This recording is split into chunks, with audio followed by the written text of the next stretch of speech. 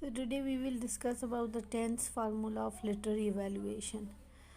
From my thus emphasizing the immediate and necessary connection between the literature of an age and a general life out of which it grows, it may be interfered that I may be certainly extend following the lead of tense, who attempted to interpret literature in a rigorously scientific way by the application of his famous formula of the race, the milieu, and the movement. What is his formula? His formula is about the race, the milieu, and the movement. Meaning by race, the hereditary temperament and disposition of a people. By milieu, the totality of their surrounding, their climate, physical environment, political institution, social condition, and the like, and by movement, the spirit of the period, out with the particular stage of national development which has been reached at any given time. I must, however, hesitate to add that I am no disciple of the brilliant French theorist. So, what about his formula? His famous formula is about the race, the milieu, and the movement. The movement in which the that this particular literature is suggested.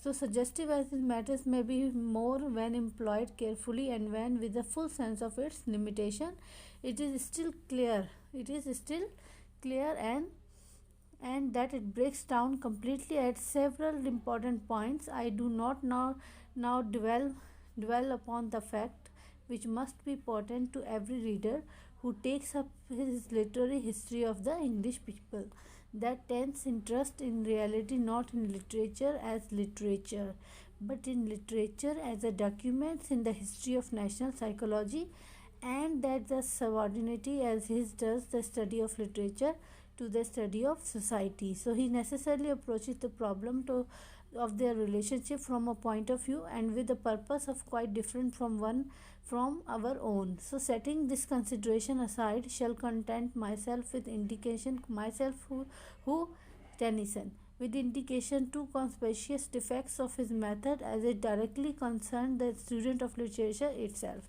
So according to tense theory, what is tense theory? Tense theory is that all the individual of a nation at any particular time are to be regarded simply as the products of the three great impersonal forces which he evokes to account for them, and thus the study of any author is reduced by him to an examiner of the manner in which his genius and work express the combined action, the influence which play upon him in common with all his fellow countrymen and contemporaries. So first of all, as a national account of literature, he expresses that the author reduced by him an examination of the manner, and by his genius it takes his fellow man as his contemporary. So to initiate error in this his view, and is one of that goes for to vital it entirely, it is its neglect of the essential factor of all really great literature upon which I have already laid so much stress, the factor of personality. In tense hands, the individual become little more than a simple sample of his race and epoch. So in tense hand, what the individual becomes, it becomes the sample of his race, means heredity, and the epoch and the era in which he lives. Thus he particularly overlooked the individual variation. So he completely ignored the individual variation or the qualities which differentiate a man from his surroundings, and this is a fatal mistake, since greater the genius, the greater and the more important the individual variation, the differential qualities and are likely to be. It is the minor man of the age in whose work the general spirit of the age is more faithfully reflected, and by which it is transmitted with the little amount of personal coloring effect, which shows that from the historical point of view, these minor men will always have a special interest of their own. The strong man is almost himself is most independent of current influence, and it is in the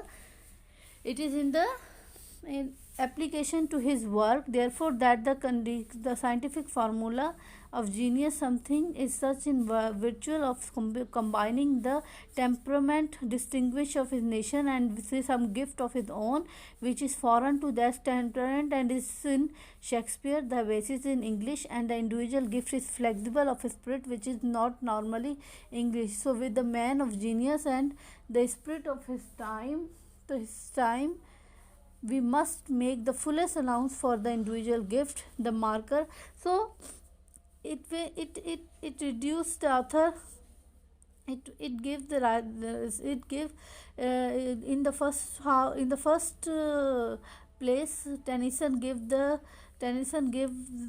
value the man as a sample of his race and the epoch, and the particularly overlook the individual quality and the variation of the man. This is what Tennyson found